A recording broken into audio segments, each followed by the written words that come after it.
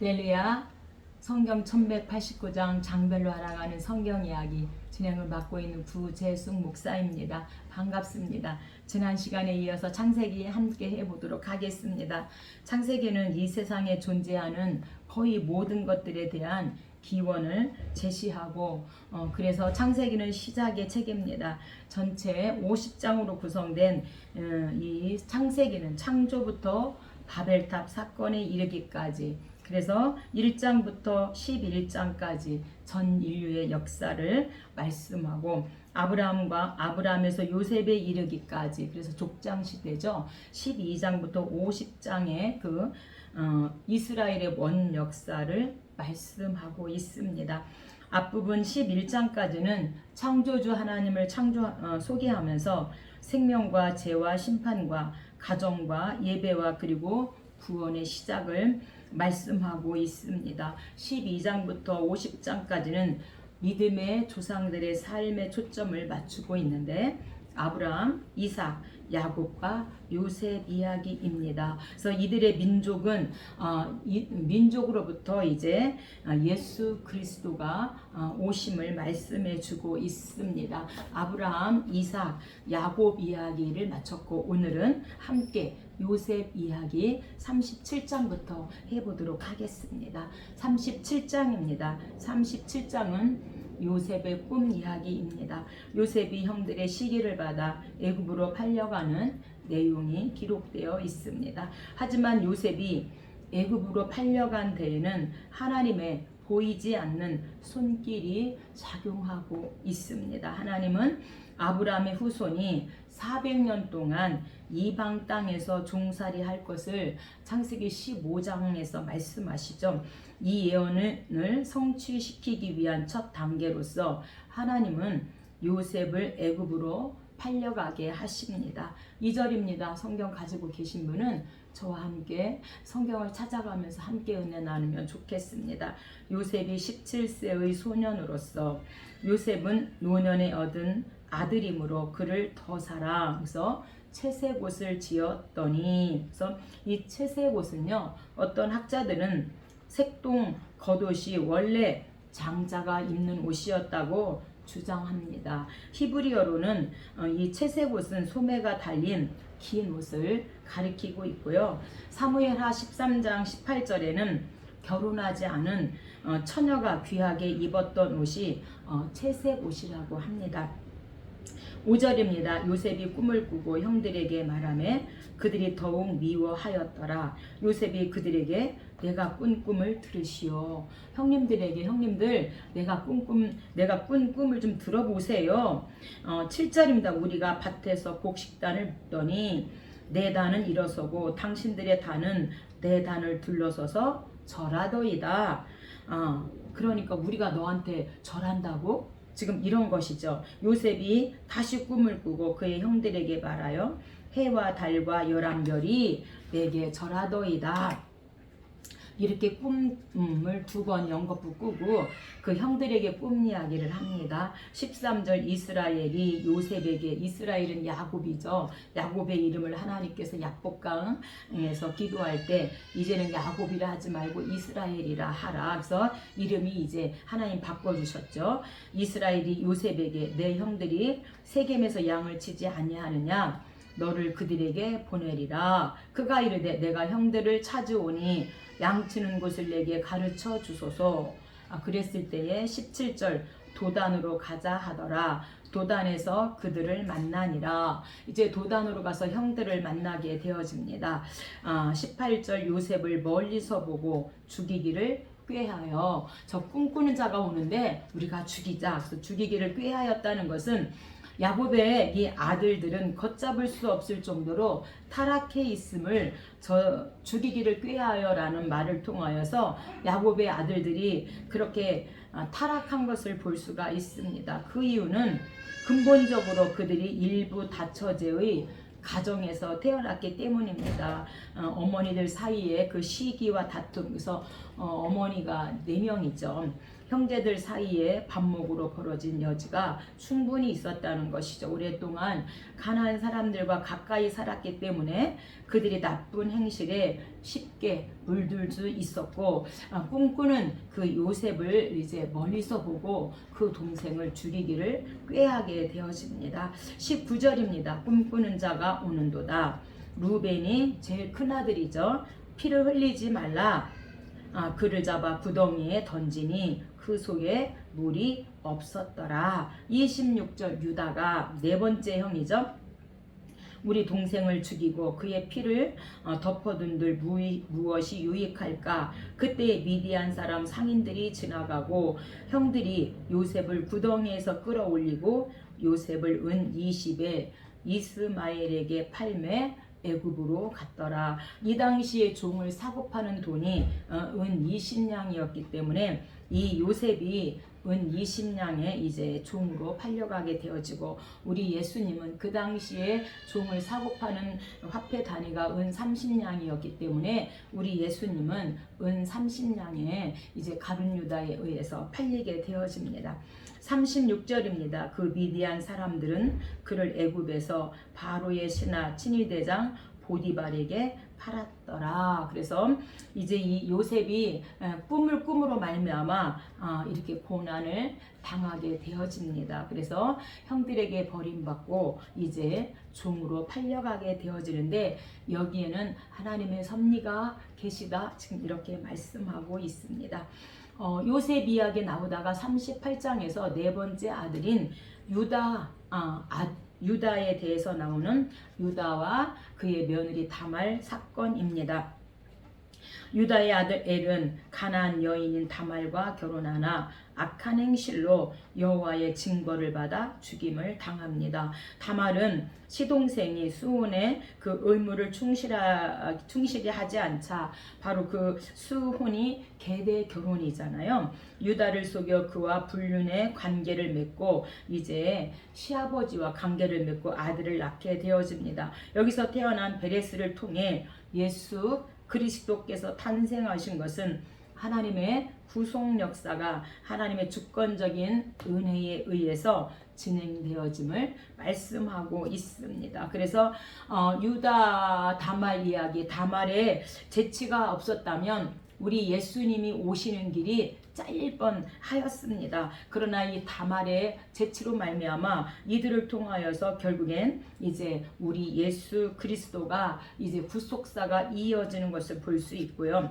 우리가 열왕기하 11장에도 남유다의 아달랴 여왕이 나옵니다. 근데 그의 아들 이 아하시아가 북이스라엘 외갓집이죠. 아합 그 집에 북이스라엘에 가서 이 아하시아가 죽게 되어지죠. 그래서 그의 어머니 아달랴가 대신해서 여왕이 되면서 그의 손자들을 다 죽입니다. 그래서 아달랴 여왕 하면 예수 그리스도 길 자름. 그래서 예수님이 오시는 길을 이 아달랴가 완전히 그 손자들을 죽임으로 잘랐는데, 다행히 요아스가 삶으로 말미암아 예수님이 오는 길이 끊기지 않고 구속사가 연결되어지는데, 오늘 이 다말의 재치가 아니었다면 유다 네 번째 아들 대해서 우리 예수님이 오시는 길이 또한 끊길 뻔한 정말 하나님의 은혜이고 구속 역사가 하나님의 주권적인 은혜에 의해서 진행됨을 말씀해주고 있습니다. 1절입니다. 유다가 가나안 사람 수아라는 자의 딸을 보고 그를 데려다가 동침하니 아들을 낳음에 엘이라.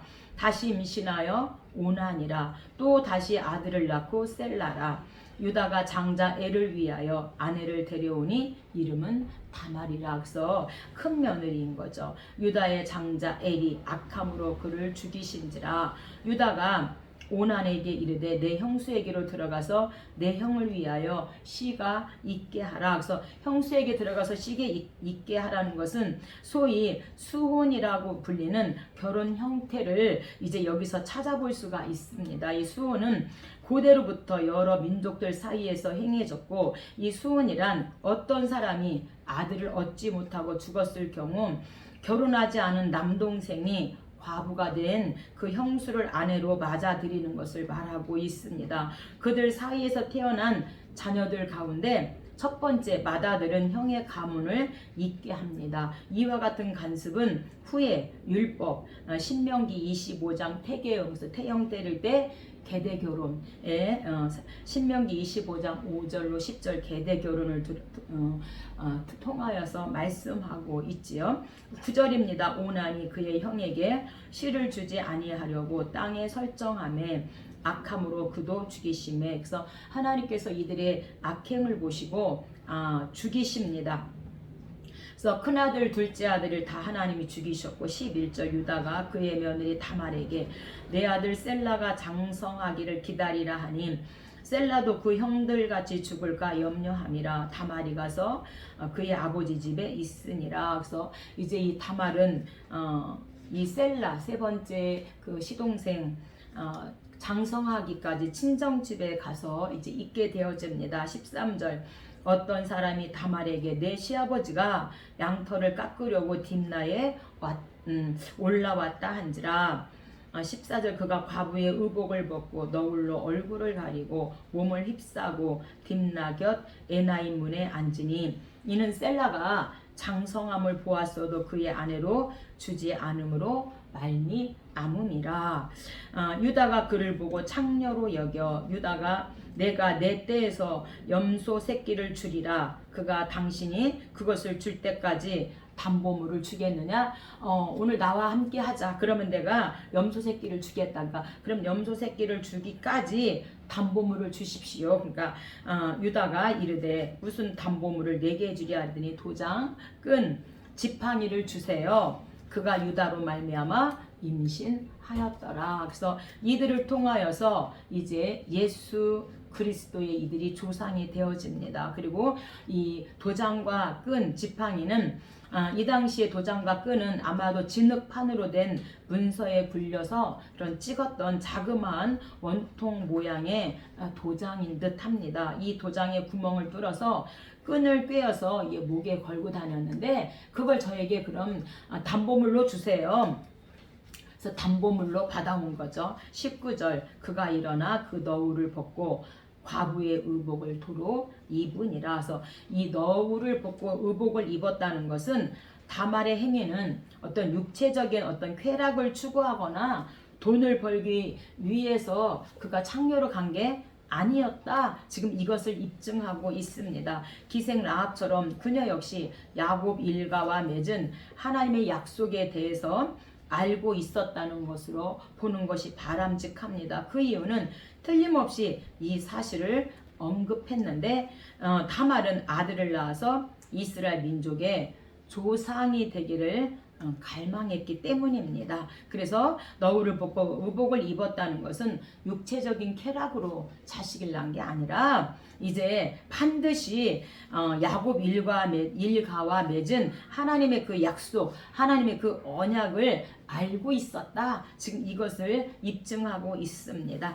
다시 39장은 요셉 이야기입니다. 요셉의 그 유혹입니다.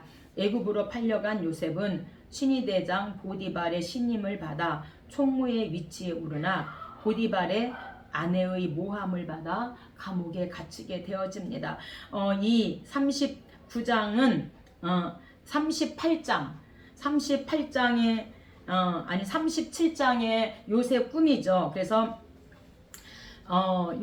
요셉 꿈과 그 다음에 34장 디나 사건, 34장 디나 사건 그 음란한 가나안 문화의 동화됨으로 말미암은 여러 가지 성적 타락이 34장 디나 사건에는 묘사되지만 이 39장 이 유혹에서는 간음의 그 유혹을 뿌리치는 요셉의 그 믿음의 그 승리가 부각되어져서 34장 디나 사건과 39장의 유혹은 같은 간음이라 할지라도 유혹이라 할지라도 전혀 다르다. 상황이 다르다. 오히려 39장에서는 요셉이 그 유혹을 물리친 것을 승리한 것을 말해주고 있고 34장 디나 사건은 오히려 이제 세상의 딸들을 보러 감으로 말미암아 결국에는 세겜 추장 사랑에 의해서 강간을 당하게 되어지잖아요. 그래서 음란한 가나안 문화에 동화되어진 거고, 이 요셉은 그것을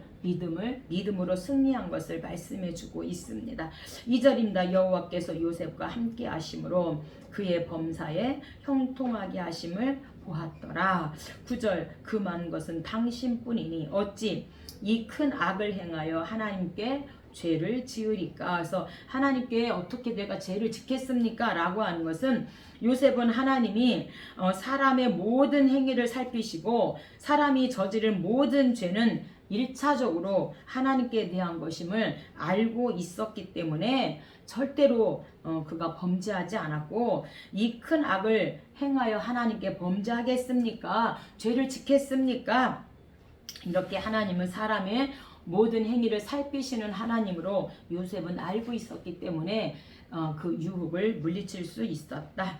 10절입니다. 여인이 날마다 요셉을 청하였으나 요셉이 듣지 아니하여 동침하지 아니할 뿐더러 함께 있지도 아니하니라. 아멘. 그 여인이 나와 동침하자 요셉이 자기 옷을 그 여인의 손에 버려두고 밖으로 나가매. 그래서 끝까지 이 유혹을 물리쳤는데요. 이때 요셉은 몇 살인가?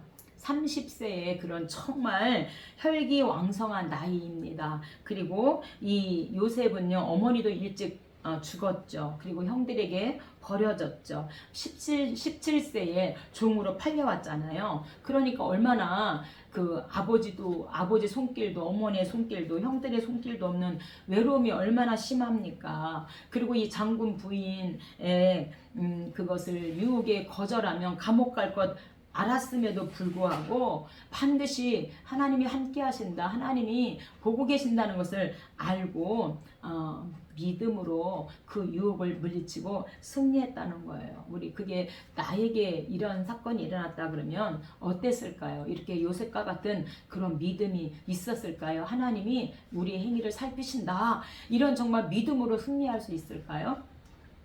정말 이 요셉이 대단한 그 믿음을 가지고 있었음을 알 수가 있습니다. 그 유혹을 물리치고 승리합니다. 40장입니다. 40장은 관원장들의 꿈입니다. 요셉이 해몽대로 감옥에 있던 한 사람은 복직되고 한 사람은 극형에 처하게 되어집니다. 이 일은 장차 요셉이 바로의 꿈을 해석함으로 애굽의 2인자 자리에 오르게 되는 계기로 작용합니다. 요셉은 꿈 때문에 형들의 미움을 사서 애굽으로 팔려갔지만 하나님의 영감에 힘입어 꿈을 또한 해석함으로 새로운 도약의 전기를 맡게 되어지고 애굽의 이제 총리가 되어지죠. 1절입니다. 그 후에 애굽 왕에 술 맡은 자와 떡 굽는 자가 애굽 왕에게 범죄한지라. 그래서 술 맡은 자와 떡 굽는 자는, 그 중에 술 맡은 자는 바로의 술잔에 포도주를 따르고 그에게 제공되는 모든 음료의 그 무해 여부를 확인하며 왕실 포도원과 포도주 저장실을 직접 감독하는 그런 직이 바로 술 맡은 자였고요. 떡 굽는 자는 바로가 먹는 음식에 대하여 책임을 지는 사람으로, 이 두 직책은 왕이 특별히 신임하는 사람에게 주어지기 때문에 이 사람들은 궁중에서 큰 영향력을 행사했는데, 이 술 맡은 자와 떡 굽는 자가 애굽 왕에게 범죄함으로 말미암아 이제 감옥에 가게 되어지죠. 3절 그들을 친위 대장의 집안에 있는 옥에 가두니 곧 요셉이 갇힌 곳이라. 친위 대장이 요셉에게 그들을 수종들게 하매. 그래서 이 친위 대장은 보디발 장군이잖아요. 그래서 요셉의 그 무죄함, 그 보디발의 아내가 이 요셉에게 유혹하는 것을 알고 있지만 그대로 놔두면 어떤 일이 일어나기 때문에 요셉의 무죄함을 알아서 기회를 주고 감옥에 들어갔지만 이 술 맡은 자와 떡 굽는 자, 이 장군들을 섬길 수 있도록 이 기회를 주었다, 이렇게 우리가 유추해 봅니다.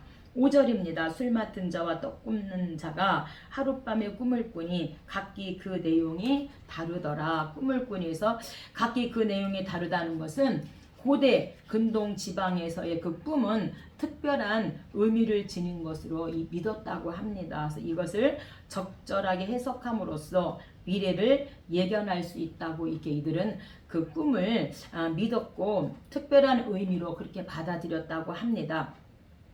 8절입니다. 우리가 꿈을 꾸었으나 이를 해석한 자가 없도다. 요셉이 해석은 하나님께 있지 아니하니까 청하건대 내게 이르소서. 이 해석은 하나님께 있습니다. 나에게 그 꿈을 좀 말해보세요. 그래서 내게 이르소서라는 뜻은 이스라엘은 하나님의 선지자적 사명을 지닌 백성이었습니다. 따라서 그들을 통하여 하나님의 뜻이 온 세상 나라로 하나님의 뜻이 계시되어지는데 요셉은 이러한 바탕 위에서 자신에게 주어진 은사를 인식하였을 것으로 그렇게 우리가 유추하여 보고 있습니다. 9절입니다. 술 맡은 관원장이 내가 포도를 따서 그 잔을 바로의 손에 드렸노라. 요셉이 그 해석은 이러하니 전직이 회복되리니 바로의 잔을 그의 손에 드리게 되리이다. 당신이 잘 되시거든 나를 생각하고 내게 은혜를 베풀어서 이 집에서 나를 건져 주소서. 그래서 이 애굽에도 수많은 그런 술사들, 점쟁이들이 많이 있는데 어느 누구도 이들의 꿈을 해석할 자가 없다. 그래서 요셉은 하나님께 있습니다. 그래서 그 꿈을 듣자마자 바로 해석을 해줍니다. 그래서 전직을 회복시키리니 바로의 잔을 그의 손에 드리게 될 것입니다. 이렇게 해석을 해주니까 옳다구나. 정말 명석하다. 그러니까 떡 맡은 자가 나도 꿈을 꾸었어. 내 꿈 좀 들어봐. 떡 굽는 관원장이 각종 구운 음식이 있는데 새들이 내 머리의 광주리에서 그것을 먹더라.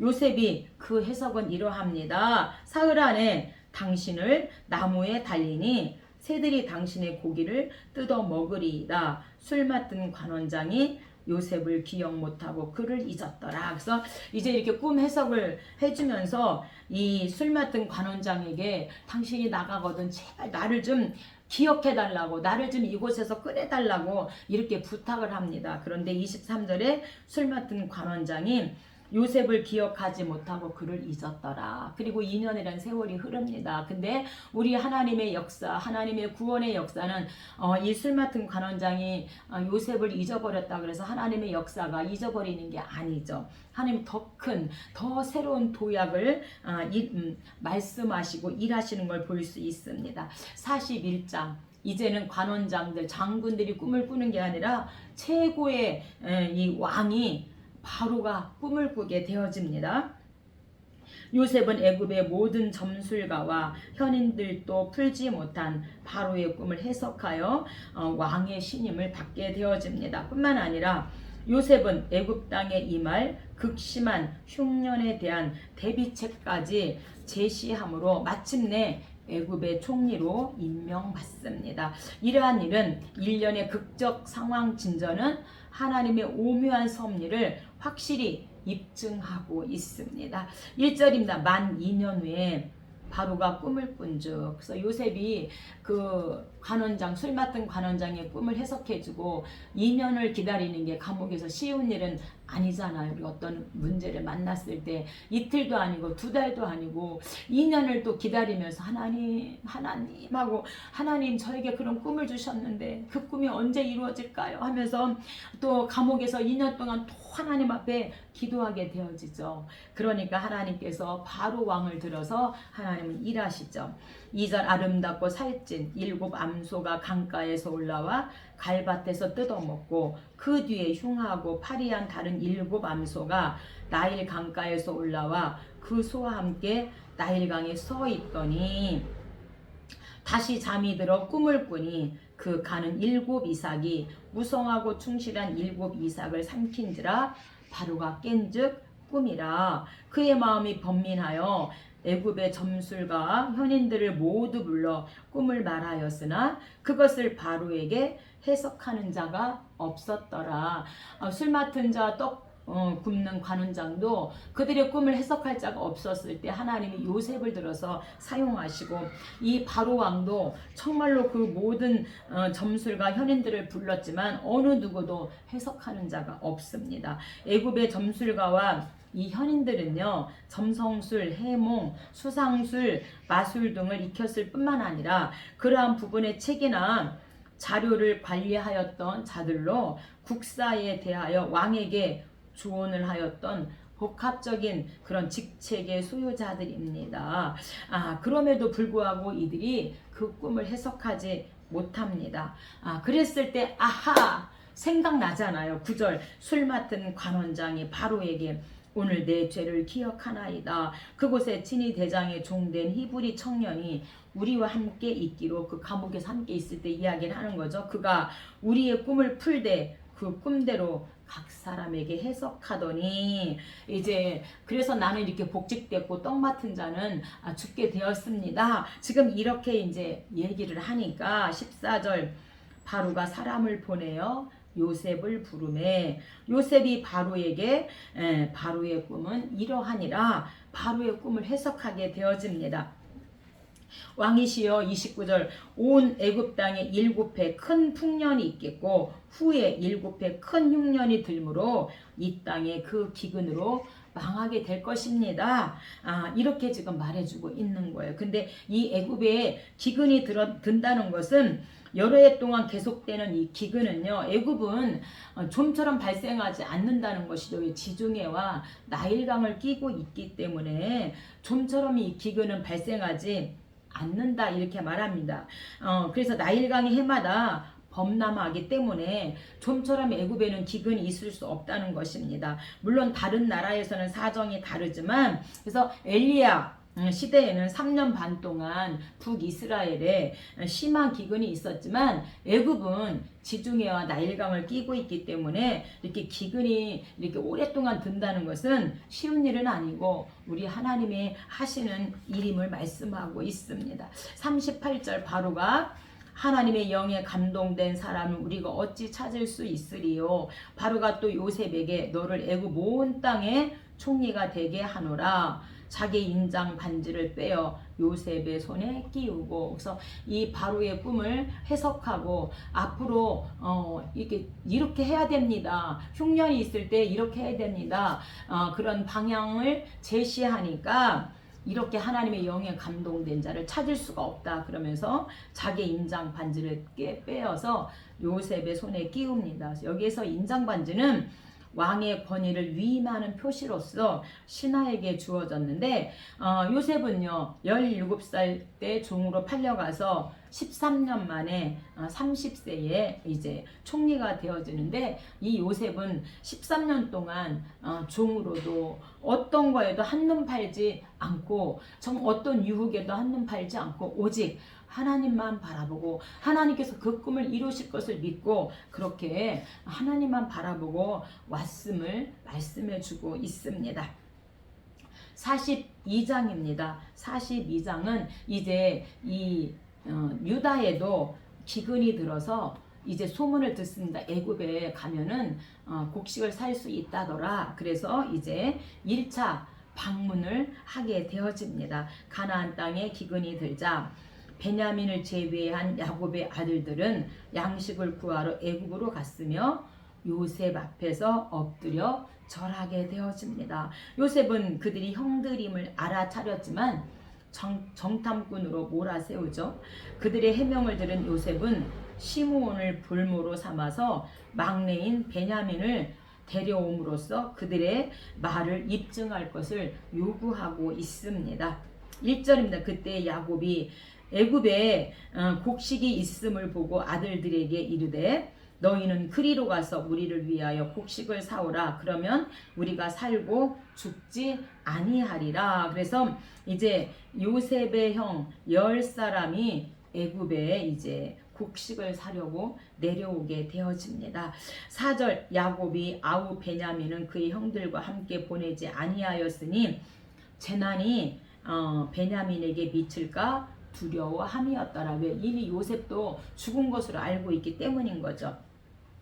때에 요셉이 나라의 총리로서 그 땅 모든 백성에게 곡식을 팔더니 형들이 와서 그 앞에서 땅에 엎드려 절하매. 그래서 드디어 요셉의 꿈이 13년 만에 이루어집니다. 그래서 요셉의 형들은 과거에 그의 꿈을 조롱했고, 저 꿈꾸는 자가 오는도다, 그리고 그 종으로 팔았지만 이제 그에게 절함으로써 요셉의 꿈이 이루어지는, 요셉의 그 37장 요셉 꿈이 이루어지게 되어집니다. 9절, 요셉이 그들에게 너희는 정탐꾼들이라 이 나라의 틈을 엿보려고 왔느니라. 그래서 너희는 정탐꾼이야 라고 한 것은 애굽 사람들은요, 외국인들을 의심하는 경향이 있다고 합니다. 특히 그들은 북동쪽에 위치한 델타, 나일강 어귀의 삼각주, 그런 접근한 이런 외국인들을 잠정적으로 그렇게 적으로 간주하였다고 합니다. 그러니까 형인 것을 알면서도 너희는 정탐꾼들이지, 지금 이렇게 요셉이 몰아붙이게 되어지죠. 10절입니다. 내 주여 아니니이다. 당신의 종들은 곡물을 사러 왔나이다. 그들이 서로 말하되, 지금 이제 유다 히브리어 말로 하는 거죠. 못 알아들을 줄 알고, 우리가 아우의 일로 말미암아 범죄하였도다. 그가 우리에게 애걸할 때에, 형 살려줘 이렇게 애걸할 때에 그 마음의 괴로움을 보고도 듣지 아니하였으므로 이 괴로움이 우리에게 임하는도다. 이렇게 히브리어 말로 막 지금 자기들끼리 말하고 있습니다. 24절, 시므온을 끌어내어 그들이 눈앞에서 결박하고, 그래서 시므온을 끌어냈다는 것은 그들이 맏형 루벤은 뭐예요? 요셉을 그렇게 붙잡을 필요가 있어? 필요가 있어? 지금 루벤도 하지 말자 그러고, 네 번째 유다도 그렇게, 유다 형도 마찬가지죠. 그런데 둘째 형 시므온, 그 다음에 셋째는 레위인데, 우리가 34장 디나 사건 기억하시죠? 둘째 형 시므온을 결박한 이유는 분명하지는 않지만 아마도 그가 형제 중에서 가장 난폭한 성격을 가졌기 때문일 것이다. 루벤은, 제일 큰 형 루벤은 요셉을 죽이려는 계획을 반대했기 때문에 풀어주고, 유다 역시 그랬기 때문에 가장 그 시므온과 레위가 그 디나 사건에 연루되어 있잖아요. 근데 그 형제 중에서 시므온이 가장 난폭한 성격을 가졌기 때문이고, 이 요셉을 팔자, 종들에게 죽이자 한 것을, 그래서 그렇게 이제 분명하지는 않지만 그렇게 유추해 보고 있습니다. 43장입니다. 이제 1차 방문 이후에 다시 두 번째 방문을 하게 되어집니다. 야곱은 요셉을 잃은 슬픔 때문에 그와 한 배에서 태어난 베냐민만큼은 애굽으로 내려보내려 하지 않습니다. 그러나 극심한 기근이 계속되고 유다를 위시한 아들들이 강곡한 논리로 부탁하자 마침내 베냐민을 보내게 되어집니다. 베냐민을 와야만, 지금 시므온은 옥에 갇혀 있잖아요. 애굽에. 베냐민을 데리고 오면 내가 너희들의 말을 믿어주겠다. 그러니까 또 양식도 사야 되고, 양식을 사지 않으면 또 온 가족이 다 죽게 되어지니까 이제 강곡한 논리로 아들들이 부탁하자 마침내 이제 베냐민을 같이 그 형들과 함께 보내게 되어집니다. 동생 베냐민의 건강한 모습을 확인한 요셉은 모든 염려를 잊고, 그래, 우리 동생 베냐민이 하나밖에 없는 살아있구나. 그래서 모든 염려를 잊고 그 형제들을 이제 성대하게 대접을 하게 되어집니다. 1절입니다. 그 땅에 기근이 심하고 그들에게 이르되 다시 가서 우리를 위하여 양식을 조금 사오라. 그래서 양식을 조금 사오라는 것은 야곱의 일가족이 먹기 위해서는 워낙 식솔들이 많으니까 많은 양의 곡식이 필요했습니다. 그럼에도 불구하고 그가 조금 사오라고 한 점으로 미루어 보아 애굽인들이 외국 사람에게는 곡식을 마구 팔지 않았음을 우리가 비추어 알 수 있습니다. 15절입니다. 그 형제들이 예물을 마련하고 베냐민을 데리고 요셉 앞에 서니라. 요셉이 집으로 오매 그들이 집으로 들어가서 예물을 그에게 드리고 땅에 엎드려 절하니. 그래서 해와 달과 그 11별이 두 번째 꿈, 이제 동생까지. 그래서 땅에 엎드려 절했다는 것은 창세기 37장 요셉 꿈이 이제 완전히 성취되어짐을 말씀해주고 있습니다. 그래서 종이요 감옥의 죄수였고요. 요셉이 특별한 것 없었지만 모든 일에 생명 걸고 충성하고 하나님만 바라보고 나아감으로 말미암아 결국에는 하나님께서 요셉을 통하여 하나님의 구원의 역사를 이루시는 것을 볼 수가 있습니다. 오늘 이렇게 43장까지 하고 다음 시간에 함께 하도록 하겠습니다. 감사합니다.